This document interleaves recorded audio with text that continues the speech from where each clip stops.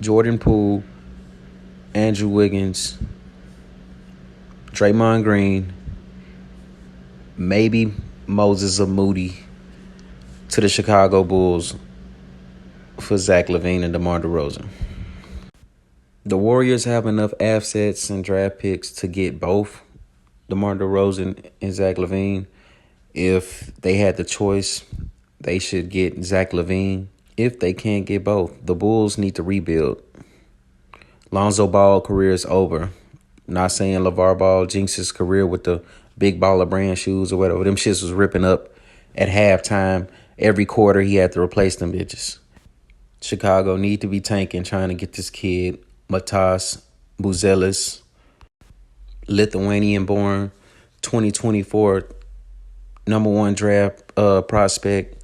Chicago needs to start tanking now and taking it more serious. I mean, Jordan Poole, everybody clown Jordan Poole like he's trash. Man, that boy is nice. He does similar shit Steph Curry does. He just had moments where he didn't show up like D'Angelo Russell did with the Lakers. He didn't show up. Head coach Billy Donovan could have used the point guard against the Miami Heat during the play-in tournament. I thought the Bulls should have passed them because they had the lead, but they let it go. Andrew Wiggins, he went through some personal things with his father. It clearly, affected him throughout the playoffs a little bit. His defense wasn't the same like when he played against Luka and the Mavericks last year and when he dunked on Luka. It was not the same energy this year. Draymond Green, he will opt into his player option, $28 million. He's not turning that down, Clutch Sports.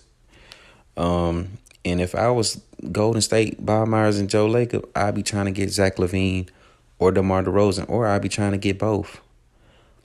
They're not trying to look at Klay Thompson because they feel like he's not the same player he once was. You know what I'm saying? Don't listen to the haters. Steph Curry and Klay.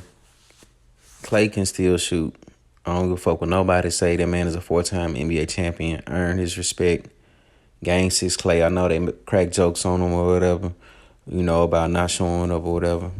That's cool. Please believe another healthy summer, he's going to come back harder than ever.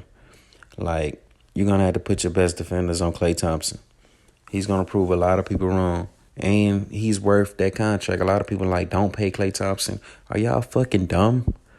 Y'all are fucking stupid.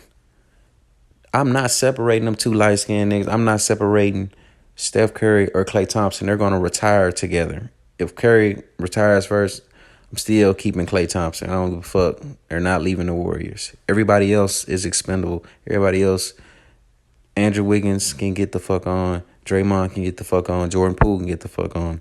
If you're Bob Myers and Joe Lacob, don't be no fool. Do what the San Antonio Spurs did. Tank, rig it. It's already rigged for y'all to get the next Tony Kukoc. Matas Buzelis, however you say his name. That guy is perfect for the Bulls. Now, do I like him in a market like Chicago? You know what I'm saying? Chirac. I mean, nah, you rather see somebody like that in Utah or OKC. You know what I'm saying? Some shit like that.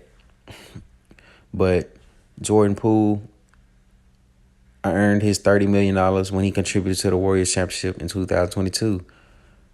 He just had a few hiccups. You know what I'm saying? It's all good, though. The Bulls is a perfect fit. Lonzo Ball. If I'm the Chicago Bulls, I'm trading Lonzo Ball to the Hornets to see what I can get back in return. Go ahead and trade him so he can be with his brother. Because obviously, his NBA career is not working.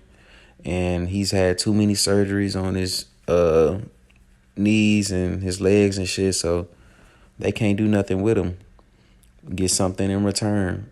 Maybe a Terry Rozier in return for Alonzo Ball. That whole Hornets team needs a rebuild around LaMelo. And Lonzo and LaMelo, they play well together.